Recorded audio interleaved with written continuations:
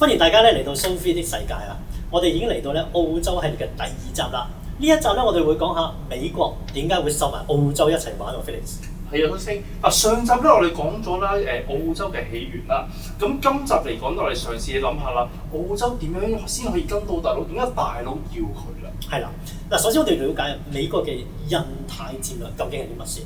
講穿咗就係喺奧巴馬時代提出嘅咧，美國要重返亞太。而另一方面咧，4個聯盟入邊咧，譬如話美、印、澳、日，講緊佢哋點樣結盟咧，嚟圍到另一個陣營喎。呢個蘇先啊，呢一個嚟講咧，係我哋之前啦喺美國嘅系列嗰度咧曾經講過嘅。有興趣嘅朋友咧，可以翻去我哋睇翻我之前嘅集嘅。睇翻呢一條 link 就得㗎啦。係啦，而家蘇先係考下你一個問題啦喎。係。聽聞咧美國咧講起戰略啊，美國最出名嘅一個軍校啦，西點軍校嚟講啦，有一本書必須要讀嘅喎。一定就係呢個《孫子兵法》啦。咁話說咧，《孫子兵法》都有好多名句㗎。西點軍校，你特別想提嘅係咩人啊？嗱，今次講緊澳洲嘅戰略啦。如果用翻《孫子兵法》嚟講，應該用邊一句最好啊？嗱，《孫子兵法》有云：善戰者，立於不敗之地嘅，而不失敵之敗也。但講穿咗係咩咧？就係話我哋美國喺諗邊啲盟友嘅時候，其實咧要睇咧係講穿咗得塊乎兩樣嘢，係無害咧同埋有用咧，咁先至會係值得爭取嘅盟友啊！咦，無害同有用好堅喎！喂，咁我哋成日聽啦就淨係諗有咩用途？比較少諗無害喎。係啊，應該點諗咧？其實無害講穿咗咧，就係話呢一樣嘢咧係冇乜潛在風險。而喺澳洲呢一個特別嘅 case 入邊咧，我哋見得到無害咧有3樣嘢：一、法制啦；二、對於美國嚟講呢一個市場開放度高啦；而且第3咧就係話佢嘅第2產業咧又有佢嘅特色嘅。咦啊，蘇先啊，我記得啦，澳洲一脈相承英國啦，咁即係靈魂同肉體嘅一脈相承。咁呢樣嘢嚟講，亦都承受咗佢哋承繼咗佢哋嘅法制，所以嚟講咧喺法制上面嚟講啦，澳洲又好，英國又好，美國又好，佢哋嘅法制都係用緊個 common law 啦，普通法啦。咁而且佢哋嘅法制咧非常之接近，而且佢哋非常之通用。係啊。而另一邊廂咧，對於美國嚟講咧，澳洲呢一個市場啊，開放度夠高，而且咧大家咧亦都係講英文啦，文化上啊亦都係比較親近嘅。咁尤其是美國一樣嘢好重要咧，就係個資本開放度。咁啊，澳洲話大家都係資本開放嘅國家啦，咁所以對於美國嚟講，呢一個係相對上好容易去入喺當中嘅地方嚟嘅。頭先我亦都知道啦，美國嚟講啦，亦都係其中一個最主要嘅澳洲資本投放國嚟嘅。係啊，講緊澳洲嘅頭5大，無論出口或者入口咧，都有美國份嘅。咁去到第3個嚟講啦，就係個產業特色。產業特色嚟講咧，係一個幾得意嘅澳洲嘅結構嚟。澳洲有好強嘅第一產業啦，即係啲農作物啊、礦業啊嗰堆啦。咁而中間嚟講係夾咗個叫做製造業第2產業嘅。好得意喎！係啦，咁而直有第3產業咧又非常蓬勃喎，即係服務業啊，好似醫療又好，嗰啲科技又好，金融又好啦，其實係相對嚟講係非常之蓬勃嘅。咁呢樣嘢對於美國嚟講，究竟個特色喺邊咧？特色就得意啦。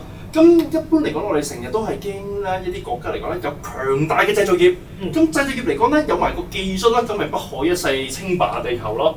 嗱，好似以前嘅我哋可能擔憂啦，係中國就崛起啦，咁有個好強嘅產業鏈，再加上有啲技術，咁咪不停咁向上即係進步啦。咁而當初嚟講咧，日本咧輝煌嘅嗰時候嚟講咧，喺個製業嗰邊遙遙領先，攞埋個技術，真係要有曾經係問鼎全球嘅一個機會喎。係啊，咁印度好似製造業都唔差喎，係咪咧？係啊，咁所以反觀嚟講啦，成個澳洲啦，由於個第2產業嘅缺失啊，即係比較少咗，夾咗呢部分啦。就算咧美國俾一啲勁嘅技術俾佢都好啦，咁佢都製造唔出嚟，都猶如浮雲㗎。所以喺呢個角度嚟講，美國應該會比較安全啲嘅。係，尤其是頭先我哋講嗰幾個國家咧，都講過話要做大佬，要領先全球。但係澳洲恰恰相反咧，其實從來冇講過話自己要做大佬喎。係啊，非常之 humble。所以呢樣嘢嚟講咧，亦都係打消咗啦作為大佬美國嘅呢個憂慮啦。咁所以對於美國嚟講咧，澳洲係無害嘅，即係風險較低啦。咁有用又係講緊啲乜嘢咧？哇，梗係幫到美國手啦。咁我又諗到有3個重要點啦。係一個就係地理啦，地理真係正啦，呢個位置，澳洲嘅位置。第二個咧就一定要講嘅資源啦。咁第三個一定係自己人啦。嗱，講到地理嘅話咧，不得不提啊。上一集我哋講過呢一個，我哋帶大家一齊去睇呢一個蘇師兄，大家遊世界，冇錯，係啦。但喺地理上嘅話咧，首先我哋要注意一樣嘢。嗱，美國佢嘅核心係咩啊？印太戰略啊嘛，即係點樣樣去圍堵佢嘅敵對陣營啦。同時間咧，將呢一個東南亞咧收歸囊中。但係入邊嘅話咧，太平洋同埋印度洋呢一個交界嘅地方咧，係軍事要衝之地啊！咁所以咧，將呢一個咽喉咧收入喺佢嘅控制範圍入邊咧，係好重要嘅。嗱，所以呢一個角度嚟講啦，簡直係一個三角圍堵，尤其是好嚟緊好重要嘅東盟嘅生產區域。係，尤其是今天咧，我哋講緊嗰個戰略咧，仲係喺呢個航空母艦嘅戰略嚟㗎嘛。咁所以邊一啲航空母艦能夠喺嗰度駐紮啊，或者喺嗰度控制呢個範圍嘅話咧，基本上咧就攆咗呢一個咁樣嘅地方啦。係啦，咁講完個地理啦，咁就要講下個資源嚟喎。咁大家眾所周知啦，澳洲嘅資源非常之豐富啦。咁例如啦，煤礦係全球最大嘅出口國。天然氣咧，大家淨係諗中東啦。澳洲係全球第二大 LNG 天然氣嘅出口國嚟㗎。咁而鐵礦石更加唔使講啦，除咗巴西就係要數澳洲啦。呢啲全部都係一個戰略嘅資源嚟㗎。係啊，而另外其他嘅盟國啊，都係需要呢啲資源添。係啦，我哋成日都聽到嘅日本又好，印度又好啦，佢哋好強嘅生產或者叫製造業啦，但係咧都係缺乏咗呢啲嘅天然資源或者呢啲原材料㗎。咁所以咧，好聽啲嚟講啦，咁澳洲咧係成為佢兩支箭頭嘅一個最強嘅補給。嗱，但係從另一個角度嚟講咧，亦都係鉗制住呢兩個箭頭唔好離開成個戰略嘅喎。從何見得咧？嗱，佢哋有一個叫製造業嘅能力啦，但係就缺乏咗個資源啦。咁正好啦，澳洲就捕捉咗呢樣嘢。喂，聽話就俾你啦，唔聽話我冇得搶嘅喎啲嘢。嗱，好似當初嚟講咧，日本啦喺以發生呢個二次世界大戰嗰時候嚟講啦，發起戰爭啦，最主要就係搶資源啦。我見到佢一路搶到東南亞，而且個矛頭咧亦都係打到落去澳洲嗰度嘅，希望咧喺澳洲度搶資源。呢度亦都可以側面咁睇到啦，澳洲嘅資源。日本有幾咁渴望啦？當然亦都係美國咧幫呢個澳洲咧打退日本嘅喎。咁所以佢哋喺二戰期後咧就好快喺1951年咧簽訂咗呢一個太平洋安全保障條約啊。咁就係話等美國咧係能夠完全地咧保障得到澳洲嘅安全添嘅。咁呢一度呢個咧就絕對係一個自己人嘅角色啦。冇錯，但係呢個更加關鍵係咩啊？我哋嘅呢一個嘅長期盟友係點樣製造出嚟啊？由二戰到今天，美國咧出嚟做世界警察，主持咗好多唔同嘅戰役嚟確保其他地方啊國家嘅安全㗎啦嘛。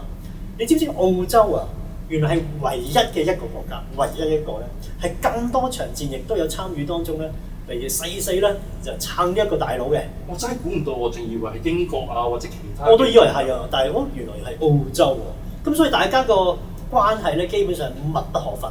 無論喺軍事上啊，或者其他經濟方面，仲有佢多一個例子添嘛。美國人如果去到澳洲投資，尤其是舉個例子，譬如話係我哋而家好興嘅電動車電池行業啊呢啲產品嘅話咧，美國去到嗰度投資嘅話咧，係等同於國內一樣，即係話喺澳洲投資等同於喺美國國內一樣，都係咁好嘅稅務優惠嘅。係啦，亦都等同澳洲自己本土咁樣一個優惠啦。咁呢個擺到明自己人啦，翻到時自己屋企度投資嘅啫。係啊，你左邊門入定右邊門入都係屋企嚟噶嘛。係啦，咁呢度已經都講完全見到落去，簡直係靈魂同肉體嘅綁定啊！即係我冇更好嘅話，即係形容詞嘅真係。嗱，我哋嚟以一個好簡單嘅一個總結嚟講啦，我哋係講咗啦，成個亞太戰略嚟講啦，可能澳洲並唔係最利嘅矛，但係絕對一個最強嘅軍需官。而呢一個軍需官咧，除咗支援住最強嘅兩個箭頭之外咧，亦都可以咧用資源咧嚟鉗制住嗰兩個箭頭添喎。最重要一定係自己人。嗱，佢哋個血肉同埋個靈魂都係高度綁定㗎。係啊，由此咧，澳洲亦都過上咗佢哋富貴嘅生活。而另一邊廂咧，佢嘅澳洲嘅人民咧，亦都係非常之悠閒嘅喎。喂，呢個我哋下一集不如研究下點解澳洲可以又富貴又悠閒咧？下一集同大家分享下呢一個話題啊！